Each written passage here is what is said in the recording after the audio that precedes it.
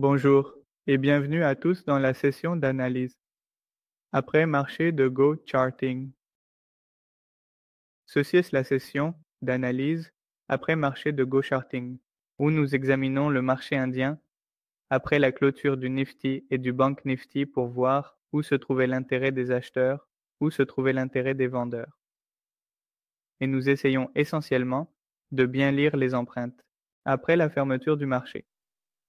Si vous souhaitez apprendre le flux de commandes, si vous êtes nouveau dans le flux de commandes et que vous voulez apprendre à bien utiliser GoCharting, vous pouvez rejoindre cette session en direct tous les jours à 5 heures du soir. Le lien de cette session en direct est téléchargé sur la communauté de GoCharting et sur Telegram avant 5 heures du soir. Et si vous utilisez GoCharting avant 5 heures du soir, une notification apparaîtra ici aussi et vous trouverez simplement le lien du webinaire à l'intérieur. D'accord. Oli vient juste de passer. Pendant Oli, il y avait une remise allant jusqu'à 30% sur GoCharting et cette remise est sur l'abonnement annuel. Quel que soit le type de plateforme, que vous soyez CM, indien, si vous prenez un abonnement annuel, vous obtiendrez environ 30% de réduction. Une offre est arrivée après longtemps et on ne sait pas quand la prochaine arrivera. Donc, si vous pensez à en profiter maintenant, s'il vous plaît, ne tardez pas. D'accord, regardons. Maintenant, le Nifty. Avant cela, voyons ce que les niveaux du profil de volume nous confirmaient hier où se trouvait l'intérêt du profil de volume. D'accord.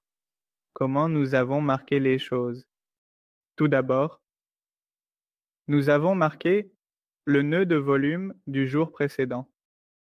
Ensuite, il y avait une combinaison du profil de volume de 3 sessions ici que nous avons marquées. C'était la zone, d'accord. Si cela descendait en dessous, nous avions marqué le nœud de volume d'hier et d'avant-hier, qui était en bas, et le swing actuel est du côté supérieur. Simplement, ces 4 niveaux sont basés sur la confirmation du profil de volume, d'accord. Maintenant, voyons qu'il y a eu une très grande ouverture avec un écart, d'accord. Voyons. Après l'ouverture avec écart, s'il y avait un intérêt des acheteurs, s'il y avait un intérêt des vendeurs, d'accord, où se trouvait l'intérêt d'achat et de vente, et nous allons essayer de lire l'empreinte maintenant. Avant de lire l'empreinte, vous devez savoir ce qu'est le delta. Le delta nous indique simplement la différence entre les acheteurs et les vendeurs. Nous l'appelons delta. Encore une fois, la différence entre les acheteurs et les vendeurs est ce que nous appelons le delta, comme la taille de tick du Nifty. Ici, j'utilise 180. Pour le Bank Nifty, vous pouvez utiliser au-dessus de 400 ou aller dans les paramètres automatiques et ajuster selon vos besoins. C'est la première bougie. D'accord? Quel est le delta de cette bougie? Il y a un signe négatif sur la ligne du haut et c'est à l'intérieur de la boîte rouge. Donc, cela signifie que c'est un delta négatif. Qu'est-ce que cela signifie un delta négatif? Un delta négatif représente toujours les vendeurs. Cela signifie les vendeurs. Un delta négatif signifie les vendeurs. Partout où il est question de delta négatif, comprenez qu'il s'agit des vendeurs. Donc, combien de vendeurs y a-t-il? Ici, environ 200 000, environ 200 000. Signifie, dans toute cette bougie, l'activité de vente a été plus importante. Et combien plus importante? Environ 200 000. Par exemple, si je dis, supposons qu'il y avait 200 000 vendeurs là. Dans cette bougie, il y a eu un achat de 100 000, d'accord. Donc, désolé, il y avait 300 000 vendeurs et un achat de 100 000. Donc, quelle différence cela fait ici, une activité de vente de 200 000? De la même manière, si nous ajoutons tous les vendeurs du côté gauche et tous les acheteurs du côté droit, alors, quelle conclusion en tirons-nous ici? Que les vendeurs sont plus nombreux? De combien plus? Environ 200 000, même en regardant cette bougie. Le delta de cette bougie est positif. Comment positif? Bon, ok, il est à l'intérieur de la boîte verte. De plus, il n'y a aucun signe négatif devant la valeur du delta négatif, pardon, du delta. Donc, cela signifie que ce delta est positif. Un delta positif indique toujours les acheteurs, là où il est question de delta positif, mais comprenez cela. On parle des acheteurs. Alors, quelle est la valeur du delta de cette bougie? Dans cette bougie, il y a 18 000 acheteurs de plus. Comparé aux vendeurs, cela signifie simplement ajouter 3 zéros. Maintenant, vous savez ce qu'est un delta positif de 18 000 et ce qu'est un delta négatif. Maintenant, parlons des deux. Ensemble, comment certains chandeliers ont 276 000, 8 000 et 40 000. D'accord. Et certains chandeliers n'ont que 2 000, seulement 4 000, seulement 1 000, d'accord, seulement 8 000. Donc, il y a certaines bougies dont le delta est très élevé, 50 000, 200 000, et certaines bougies dont le delta est seulement 8 000, 2 000, 4 000, 1 000.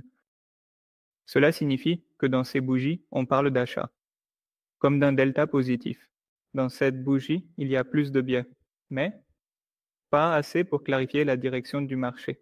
De même, il n'y a que 4 000 vendeurs de plus. Dans cette bougie, il y a des vendeurs, mais ils ne sont pas assez puissants pour clarifier la direction de la vente ou la direction du marché.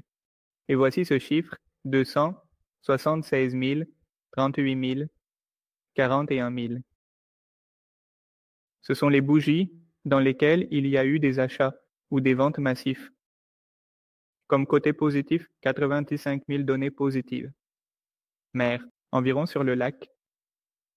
Ce sont les bougies qui clarifient d'une manière ou d'une autre la direction du marché, parce que dans ces bougies, il y a eu des mouvements massifs d'argent, ici et là, avec des achats ou des ventes, en grande quantité. D'accord. Que devons-nous faire maintenant? Nous devons suivre les bougies dans lesquelles il y a eu des achats massifs ou des ventes massives, ce qui signifie un delta positif massif ou un delta négatif massif tout simplement, car ce sont ces bougies qui semblent avoir le potentiel de clarifier la direction du marché et de clarifier la tendance. D'accord? La première bougie. Environ 30 à 35 000 ou plus, quel que soit le delta, qu'il soit du côté positif ou du côté négatif, nous devons suivre ces bougies comme la première bougie, avec des achats massifs ou des ventes massives. Il faut toujours trader la première bougie avec beaucoup de précautions, car elles contiennent un volume très élevé. D'accord. Comment allons-nous évaluer l'empreinte à l'intérieur de la première bougie? Qu'est-ce qui est le plus présent dans toute cette bougie? Le delta a indiqué qu'il y a plus de ventes. Quel est le côté des vendeurs? OK, dans le côté gauche. Quel est le côté des acheteurs? Côté droit, le delta a indiqué qu'il y a plus de vendeurs. Donc maintenant, nous allons rapidement du côté des vendeurs, qui est le côté gauche. Et nous allons regarder l'endroit où il y a eu le plus d'activité de vente. Comme on le voit clairement, il y a eu des ventes à 184 cas et à 97 cas, d'accord. Il y a eu quelques ventes ici aussi. Mais regarde autour de 184 000. Autour de 184 000, à ce point particulier, il y a eu des ventes. Autour de 97 000, il y a eu des ventes autour de ce point particulier. Cela signifie, c'est l'endroit où il y avait le plus de vendeurs actifs dans cette bougie. Maintenant, ce que nous allons faire, c'est marquer cette zone, c'est simple, et voir ce qui s'est passé dans la bougie suivante. Il y a eu une bonne vente. D'accord, des données négatives de 76 000. Et où a eu lieu la plupart des ventes? À 37 000 ici, à 3 000. Les ventes ont eu lieu dans cette même zone. Le prix a baissé, ce qui signifie qu'il n'y avait aucun scénario d'absorption de vente visible, nulle part. Il n'y a pas de police. Avec la vente, tout le monde a vendu. La bougie suivante, encore de la vente. La bougie suivante, encore une bonne vente, mais toujours. La plus grande vente ici, seulement. Dans cette zone, environ 200 000 quantités ont été vendues. D'accord. Encore de la vente. Ici aussi, il y a eu une très bonne vente.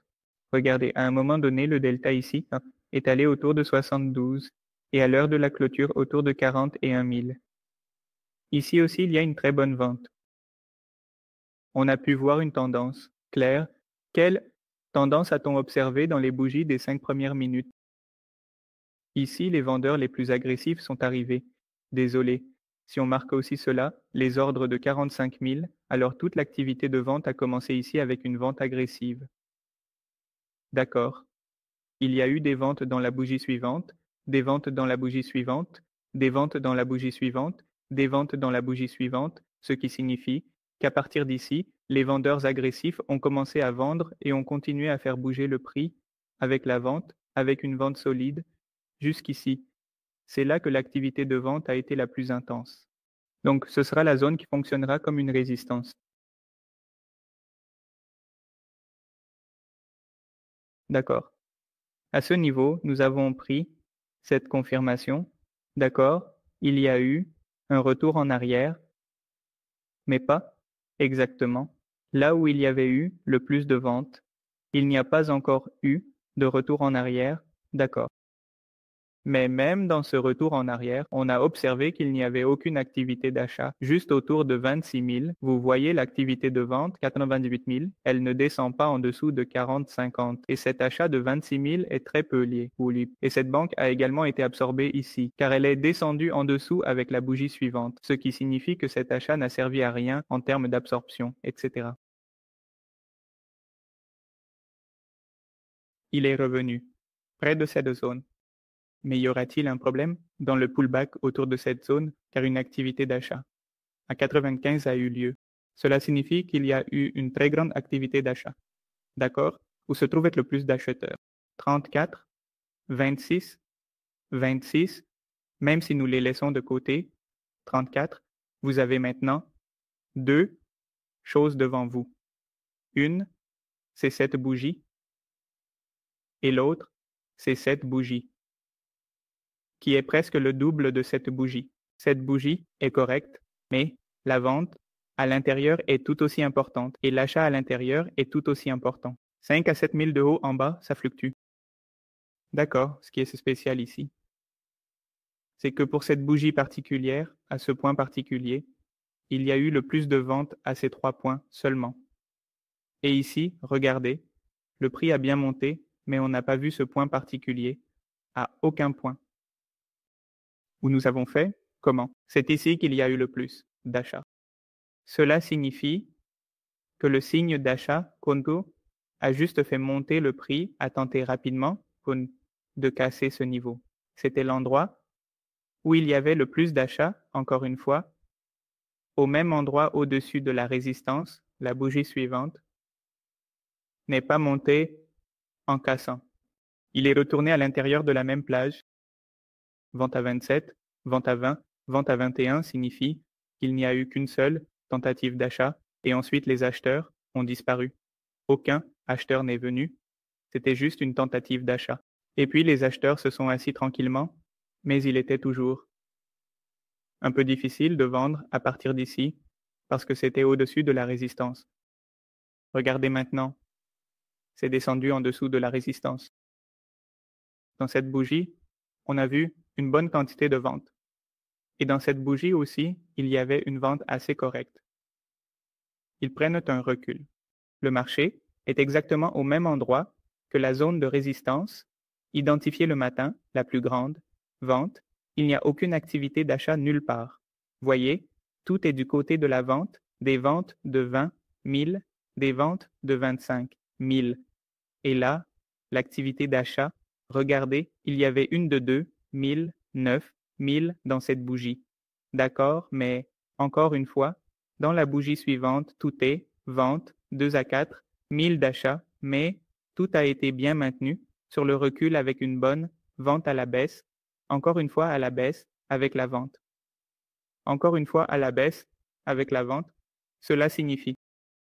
C'était la zone où les vendeurs agressifs ont de nouveau vendu et commencé à faire tourner le marché. D'accord? Encore de la vente, une vente de 60 000 qui a donné.